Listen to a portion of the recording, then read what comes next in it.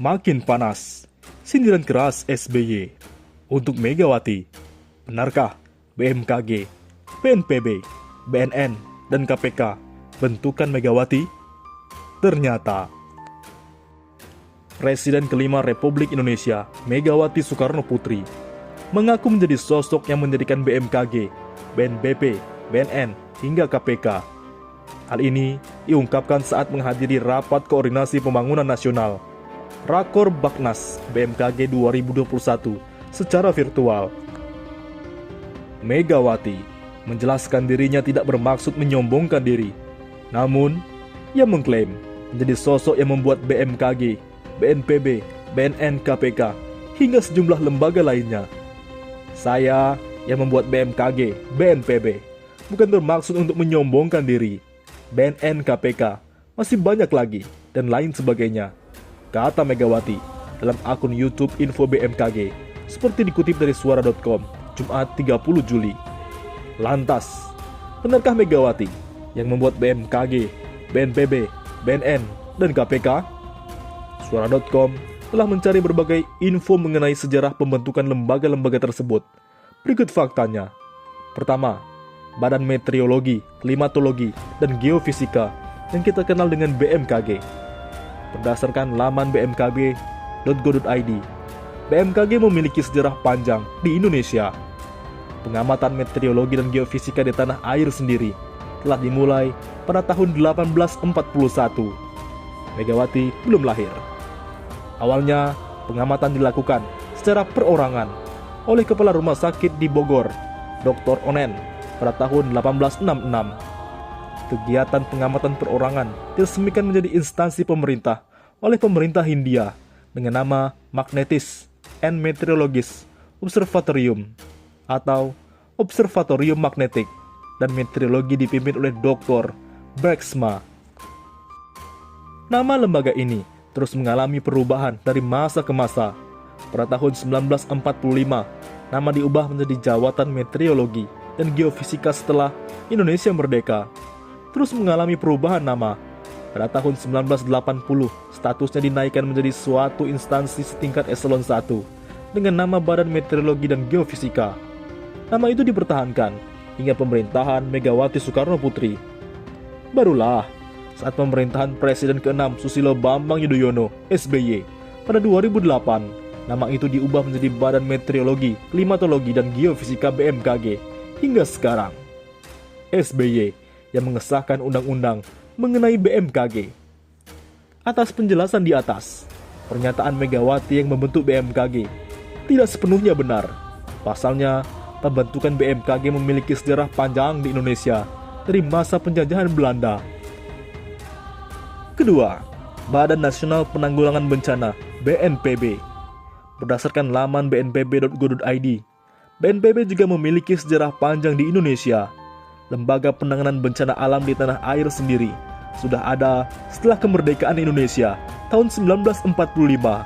Kala itu, Badan Penanggulangan Bencana di Indonesia bernama Badan Penolong Keluarga Korban Perang (BPKKP). Nama itu terus berubah dari masa ke masa, seperti tahun 1966 menjadi BP2BPAP hingga Bakornas PBP. Semasa pemerintahan Megawati, Badan Penanggulangan Bencana di Indonesia itu masih menggunakan nama Bakornas PB, bukan BNPB.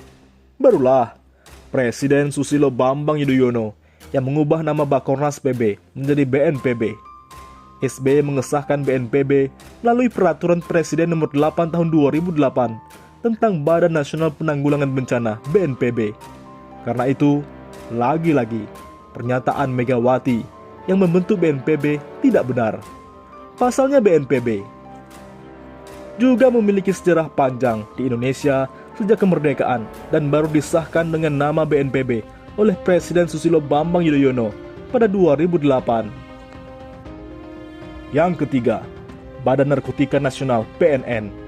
Berdasarkan laman bnn.go.id, sejarah penanggulangan bahaya narkotika dan kelembagaannya di Indonesia dimulai tahun 1971. Kala itu, lembaga ini bernama Badan Koordinasi Intelijen Nasional, BAKIN. Badan ini tidak mempunyai wewenang operasional dan tidak mendapat alokasi anggaran sendiri dari APBN. Anggaran disediakan berdasarkan kebijakan internal Bakin. Hal ini disebabkan karena masalah narkoba di Indonesia saat itu masih terlalu kecil. Menghadapi permasalahan narkoba yang kecenderungan terus meningkat, DPR akhirnya membentuk Undang-Undang Nomor 5 Tahun 1997 tentang psikotropika dan Undang-Undang Nomor 22 Tahun 1997 tentang narkotika. Selanjutnya, Presiden Abdurrahman Wahid membentuk Badan Koordinasi Narkotika Nasional BKNN pada tahun 1999.